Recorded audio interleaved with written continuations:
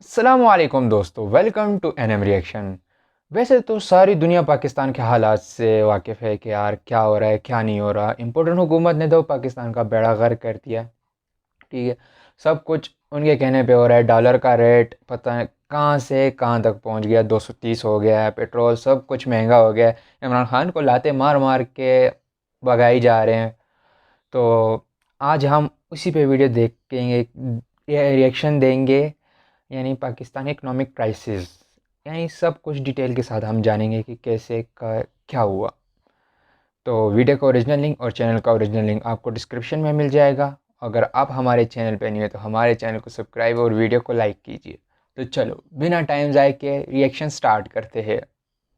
ये पाकिस्तान का मिनिस्टर लोगों को रिक्वेस्ट कर रहा है कि वो चाय पीना कम करें क्योंकि पाकिस्तान की इकोनॉमी कोलैप्स हो सकती है। मैं ये भी कौम से अपील करूंगा कि हम चाय की एक एक प्याली दो दो प्यालियां कम कर दें, क्योंकि जो चाय हम इंपोर्ट करते हैं वो भी हम उधार लेकर इंपोर्ट करते हैं। कुछ दिनों पहले ये वीडियो वायरल हो गया था क्योंकि शायद पाकिस्तान भी श्रीलंका के जैसे बैंकरप्ट हो सकता है and Pakistan is worried. Let me tell you why. अगस्त में नए एकेडमिक ईयर के लिए स्टूडेंट्स के लिए बुक्स प्रिंट नहीं हो सकते क्योंकि पेपर खत्म हो चुका है। सिचुएशन इतनी खराब है कि आईएमएफ ने सरकारी एम्प्लॉइज की सैलरी ना देने की सलाह दी है। सिर्फ 1 लीटर पेट्रोल 180 रुपए में बिक रहा है। So is this the end of Pakistan economy? समझते हैं कि पाकिस्तान की इकोनॉमी का इतना बुरा 180 हाल का हुआ यार, कैसे और इस स्टोरी 230। से भारत क्या लेसन सीख सकता है। वीडियो काफी इंटरेस्टिंग है और इस वीडियो में हम ये सारे पॉइंट्स कवर करेंगे। आपका टाइम काफी प्रेशियस है, इसीलिए ये हैं सारे चैप्टर्स। बट आई सजेस्ट पूरा पिक्चर जानने के लिए इस वीडियो को एंड तक देखिए और अपने दोस्तों के साथ शेयर कीजिए। शायद आपको विश्वास ना हो, लेकिन 1947 के बाद शुरुआती दौर में पाकिस्तान भारत से ज्यादा फास्ट ग्रो कर रहा था। और सिर्फ भारत से ही नहीं,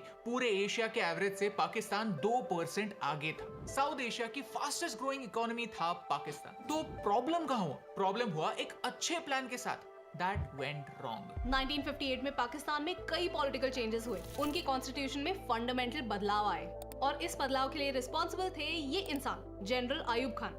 एक्चुअली पहले ये पॉलिटिक्स में थे ही नहीं, ये तो पाकिस्तान के पहले नेटिव कमांडर इन चीफ थे। लेकिन जब आर्मी और पॉलिटिशियंस में कॉन्फ्लिक्ट शुरू हुआ तो उन्होंने पाकिस्तान में तख्ता पलट कर दिया और खुद प्रेसिडेंट बन गए। वक्त बदल दिया, जज्बात बदल दिए, जिंदगी बदल सही दी। बात है। इस टाइम पीरियड में पाकिस्तान की सबसे ज्यादा ग्रोथ हुई। मैन्युफैक्चरिंग 8% पर ईयर से ज्यादा स्पीड से बढ़ी। बड़े बड़े डैम्स बने, नेशनल हाईवेज बने। But the road to hell is paved with good intentions. इस ग्रोथ के लिए पैसा आया कहां से? पाकिस्तानी लीडर्स ने एक ऐसा पोर्टल ओपन किया जो आने वाले टाइम में पाकिस्तानी इकोनॉमी को डैमेज करने वाला था। वो पोर्टल है डेट। आज तक पाकिस्तान ने 22 बार आईएमएफ से पैसे बोरो किए हैं। सिर्फ आईएमएफ से नहीं, एशियन डेवलपमेंट बैंक और वर्ल्ड बैंक से भी पाकिस्तान ने कर्जा लिया है। Mamu, I've come to bargain. See, debt by itself बुरा नहीं होता। ऑलमोस्ट हर देश किसी दूसरे देश से या किसी ऑर्गेनाइजेशन से डेट लेता है, लेकिन उस पैसे का इस्तेमाल कैसे होता है इस पर उसका सक्सेस या फेलियर निर्भर होता है। डेट से आया हुआ पैसा अगर देश की डेवलपमेंट में यूज हो तो डेट देश को आगे ले जा सकता है। लेकिन एजुकेशन, स्किल डेवलपमेंट, इंफ्रास्ट्रक्चर पर पाकिस्तान का फोकस था ही नहीं। फोकस था मिलिट्री पर।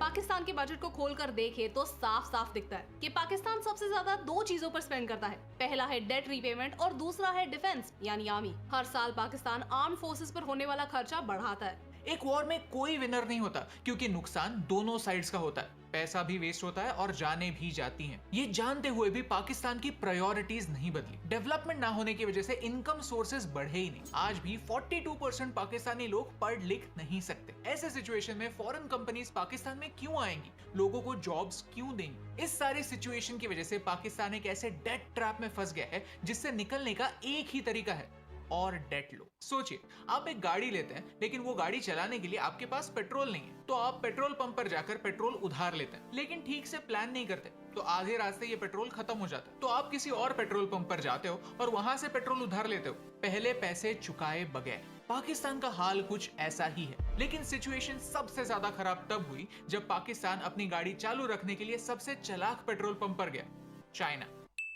जब पूरी दुनिया किसी को लोन देना बंद करती है तब चाइना एज अ सेवियर आगे आता है, लेकिन कुछ बड़े कंडीशंस के साथ। चाइना का डेट ट्रैप कैसे काम करता है आपको तो पता ही होगा। जहां वर्ल्ड बैंक 3 या 3.5% इंटरेस्ट पर लोन देता है, चाइना अप टू 6% चार्ज करता है। जो काम होता है वो काम चाइनीज कंपनीज को ही मिलता है, प्लस वहाँ चाइनीज लोगों को एम्प्लॉयमेंट दी जाती है। पाकिस्तान में जो प्रोजेक्ट्स चाइना डेवलप कर रहा है वहाँ आधे से ज्यादा वर्कर्स चाइनीज है। In Gilgit Baltistan China has cornered some area that even locals can't enter. फिर थोड़े समय बाद अगर प्रोजेक्ट सक्सीड हुआ तो उसमें तो चाइना का फायदा होता ही है, लेकिन अगर प्रोजेक्ट फेल भी हो गया तो उसमें भी चाइना का फायदा होता है, क्योंकि चाइना की कंपनीज ने उससे प्रॉफिट ऑलरेडी कमाया होता है और चाइना ने लोन पर जो इंटरेस्ट कमाया है वो अलग। दुनिया में एटलीस्ट ऐसे 40 देश हैं जिन्होंने अपने जीडीपी के 10% से ज्यादा का लोन चाइना से लिया हुआ है। ये है ऑफिशियल नंबर, एक्चुअल नंबर किसी को पता नहीं। एज इंडियंस ही हमारे लिए सोचने जैसी बात है कि अगर पाकिस्तान चाइना का लोन वापस नहीं कर पाया तो क्या होगा।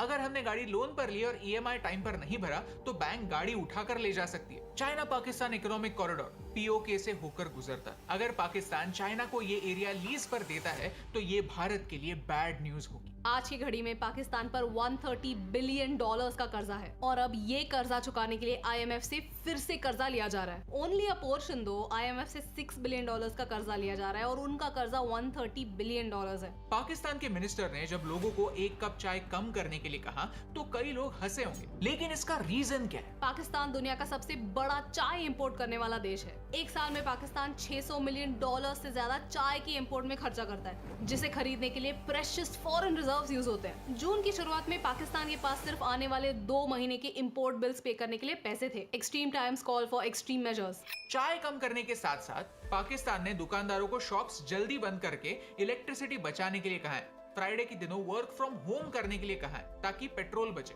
गवर्नमेंट ऑफिशियल्स को अब्रॉड ट्रिप लेने से मना किया। साथ ही साथ कुछ शहरों में ऑल्टरनेट डेज पर स्ट्रीट लाइट्स ऑफ करने के लिए भी कहा है। ये बातें छोटी लगती जरूर है, लेकिन सिचुएशन की सीरियसनेस लोगों तक पहुंचाने के लिए ऐसे स्टेटमेंट्स करने पड़ते हैं। रिमेंबर, पाकिस्तान में आज भी 42% लोग पढ़ लिख नहीं सकते। इकोनॉमी का हाल उन तक भी पहुंचाना है। तो भारत को पाकिस्तान से क्या सीखना चाहिए? हमें क्वालिटी एजुकेशन पर फोकस करना ही होगा। पाकिस्तान 2.5% एजुकेशन पर खर्चा करता है और भारत 3.5%। डिफरेंस उतना भी ज्यादा नहीं है जितना लगता है। ये नंबर डेवलप देशों में 7% होता है। हमें कंपैरिजन उनसे करने की जरूरत है, प्लस हमें भारत में अपॉर्चुनिटीज डेवलप करने की जरूरत है। आज तक पाकिस्तान में एक भी प्राइम मिनिस्टर ने 5 साल की टर्म पूरी नहीं की है। या तो उनका असैसिनेशन हुआ है या उनके ही लोगों ने उनकी सरकार गिरा दी। पॉलिटिकल स्टेबिलिटी ना होना फॉरेन इन्वेस्टमेंट को दूर रखता है। जहां गवर्नमेंट्स 5 साल की गारंटी नहीं दे सकती, वहां कंपनीज अगले 50 सालों के लिए इन्वेस्ट क्यों करें? भारत दुनिया का सेकंड लार्जेस्ट मार्केट है, फिर भी फॉरेन कंपनीज अपने प्रोडक्ट्स बाहर प्रोड्यूस करके सिर्फ यहाँ बेचना पसंद करते हैं। ऐसा क्यों? क्योंकि हमारे लॉज बहुत उलझे हुए हैं। यहाँ इन्वेस्ट करना, जॉब्स जनरेट करना दुनिया रिस्की समझती है। इसीलिए 2020 के बाद जो अपॉर्चुनिटीज चाइना से भारत आनी चाहिए थी, वो वियतनाम, बांग्लादेश, थाईलैंड जैसे देशों में पहुंच रही। गलती हमारे पॉलिटिशियंस के एटीट्यूड की है। नई सरकार पिछले सरकार के अच्छे और बुरे दोनों डिसीजंस को रिवर्स करने में अपनी एनर्जी वेस्ट करती है। फॉर एग्जाम्पल, आज हर दिन भारत 40 किलोमीटर के हाईवेज बना रहा है। ये अपने आप में एक रिकॉर्ड है जो सबके लिए अच्छी बात है। ये अचीव करने के लिए एक सिस्टम बन चुकी। अब अगर 5 सालों बाद कोई दूसरी सरकार आती है और सब कॉन्ट्रैक्ट्स कैंसिल कर देती है, सिर्फ ये प्रूव करने के लिए कि पहले की सरकार बेकार थी, तो नुकसान इस सरकार का नहीं, भारत के सब लोगों का होगा। ऑपोजिशन का काम देश को रोकना नहीं, देश को आगे ले जाना होता है। सत्ता का खेल तो चलेगा, सरकारें आएंगी जाएंगी, पार्टियां बनेगी बिगड़ेंगी, मगर ये देश रहना चाहिए।